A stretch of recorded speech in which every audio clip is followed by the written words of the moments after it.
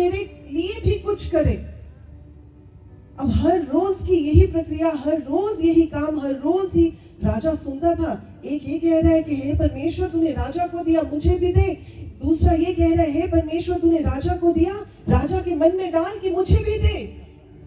तो एक दिन राजा एक काम करता है, वो कहता है कि जो भिखारी ये बार बार कहता है कि परमेश्वर मुझे राजा से कुछ दिला, तो एक काम करें, उनके लिए ले जाकर ये खीर का कटोरा उनके हाथ में थमा दें। लेकिन वो खीर का कटोरा अकेला खीर का कटोरा नहीं होता, उसके अंदर वो 6 सोने की अशर्फियां डाल देता है। अब वो जाकर उस भिखारी को दे देता है जो राजा से कुछ मांगने की कोशिश करता है, और वो खा लेता है बड़े आराम से। अगले दिन राजा जाता है तो एक भिखारी जो ये कहा करता था हे परमेश्वर तूने राजा को दिया, मुझे भी दे, वो वहां पर नहीं होता।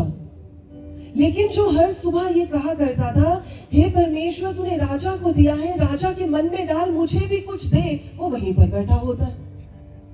राजा बड़ा परेशान होता है। राजा कहता दूसरा कहाँ है? वो कहता वो नहीं आया। कहता तूने वो खीर खाई जो मैंने तेरे लिए भिजवाई थी? कहता हाँ जी राजा, बहुत स्वादिष्ट खीर थी।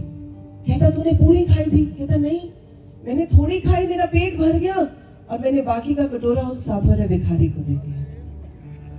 अगर आपको समझ आ गई है तो मैं कुछ बताना चाहती हूँ।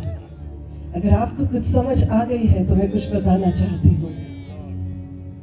जिसको परमेश्वर देता है उसे कोई रोक नहीं सकता है। जिसे मनुष्य देता है उसके हाथ से तो छीना जा सकता है।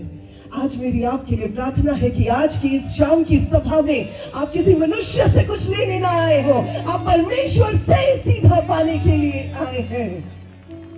और क्योंकि आप अपनी उस उम्मीद को, अपनी उस आशा को परमेश्वर से रखते हुए आए हैं, इसलिए मैं इस बात को कहना चाहूंगी कि आप लज्जित नहीं किए जाएंगे। You will not be put to shame। बात कर रहे हैं समर्पण की। 5 पहलू होते हैं, या मैं यूं कह दूं कि 5 सीढ़ियां होती